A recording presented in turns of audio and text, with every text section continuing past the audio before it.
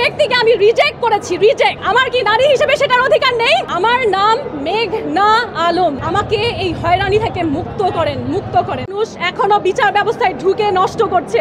আজ থেকে নতুন না, সেই 2014 সালে প্রফেসর মোহাম্মদ ইউনূস নিজে প্রতিযোগিতা করে আমাকে খুঁজে এনেছিলেন তার সাথে আয়ারল্যান্ড সফর সঙ্গী হওয়ার জন্য। সেই সময় প্রফেসর মোহাম্মদ ইউনূসের নিজের ভাইয়ের ছেলে আমাকে রেফার করেছিলেন। আমার যদি কোয়ালিটি না থাকতো, আমার যদি জ্ঞান না থাকতো, তাহলে 2014 সালে এই সুযোগ আমি নিশ্চয়ই পেতাম না। অথচ ঈসার সাথে আমার দেখা হয়েছে এই যে ইন্টারিম গভর্নমেন্টের সময়। তাহলে তার কাছে পরিচিত হয়ে আমার আন্তর্জাতিক পরিচিতি খ্যাতি পাওয়ার কিছু নেই, বরঞ্চ তিনি তার জায়গায় বারবার করে একজন মিস বাংলাদেশ এসেছেন, একজন মিস বাংলাদেশ এসেছেন বলে নিজেকে জাহির করেছেন তার আন্তর্জাতিক মহলে। আমি ধিক্কার জানাই সেই বিচার ব্যবস্থায় যেখানে মিথ্যা বলা হয় আদালতে দাঁড়িয়ে। যদি সত্যের ক্ষমতা থাকে, আপনারা অনেকবার বলেছেন যে আমি আল কুরআন কেন নিয়ে এসেছি। এই আল কুরআন সৌদি এম্বাসি আমাকে দিয়েছে। সৌদি এম্বাসি কখন একটা মানুষকে দাওয়াত দেয়, কখন তার হাতে আল কুরআন তুলে দেয়? যখন তাকে সেই মর্যাদার যোগ্য মনে করে। সেই মর্যাদাকে আমি সম্মান জানাই। I have my respect for Saudi Arabia because you cannot blame one country for one person's deed.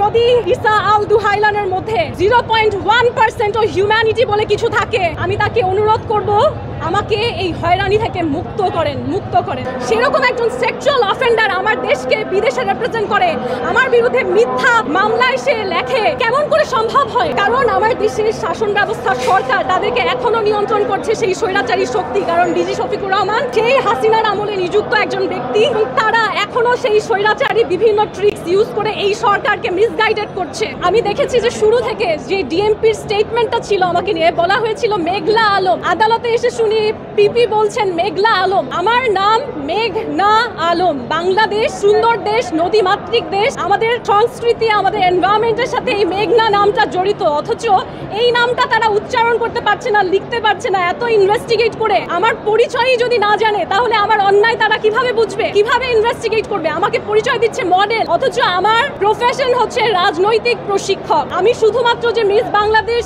Art 2020 সালে হয়েছি তাই নয়, গত 2 বছর ধরে আমি মিস আর্ট বাংলাদেশের ন্যাশনাল ডিরেক্টর। এই আন্তর্জাতিক যে কম্পিটিশনটা হয়, সেখানে এখন আমি জাতীয় যে সংস্থা যেটা রান করে সেই পার্সনটাই আমি এটার এখন হেড। তখন এমনি বুঝতে পারবেন যে কেন কূটনৈতিক মহলে আমাকে সম্মান করা হয়েছিল বা হবে বা হয়। তো আমার এই পরিচয়টা গোপন করে আমাকে একটা মডেল হিসেবে উপস্থাপন করে যে এই বিচার ব্যবস্থা, তারা তো আসলে আমার সম্পর্কে কিছুই জানে না। তারা কিভাবে ইনভেস্টিগেট করছে, তারা কিভাবে বিচার কার্যক্রম করছে, এই প্রশ্নটা আসলে আমি মানুষের কাছে রাখলাম। জীবিত আছি এখনো, এতগুলো হুমকি আমাকে মেরে ফেলার, তারপর আলহামদুলিল্লাহ আমি জীবিত আছি, ক্যামেরার সামনে আছি, কথা বলছি, নিজের অধিকার চাচ্ছি। যদি আমার ইন্টারিম গভর্নমেন্ট আমাকে সহযোগিতা না করতো, এটা নিশ্চয়ই সম্ভব হতো না। নিশ্চয়ই তাদের আমার প্রতি সহমর্মিতা, কোনো না কোনো জায়গায় কেউ না কেউ তাদেরকে হয়তো নিরীহ বাধ্য করছে আমার বিরুদ্ধে যাওয়ার।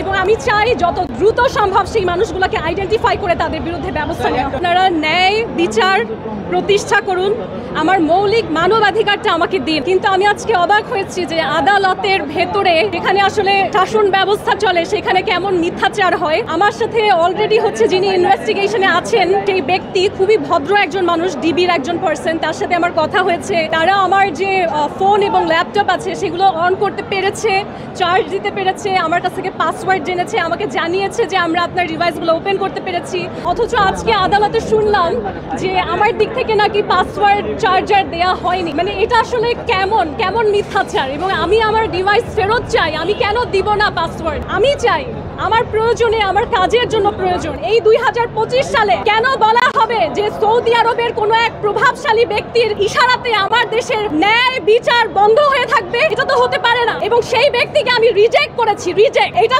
পরিষ্কারভাবে ক্লিয়ার হওয়া প্রয়োজন। সেই ব্যক্তি যিনি আমাকে বিয়ের আংটি পরিয়ে ঘরে তুলতে চেয়েছিল, তাকে আমি রিজেক্ট করেছি। আমার কি নারী হিসেবে সেটার অধিকার নেই? কেন আমাকে দিনের পর দিন হয়রানি করা হচ্ছে? আমার প্রশ্ন জাতির কাছে।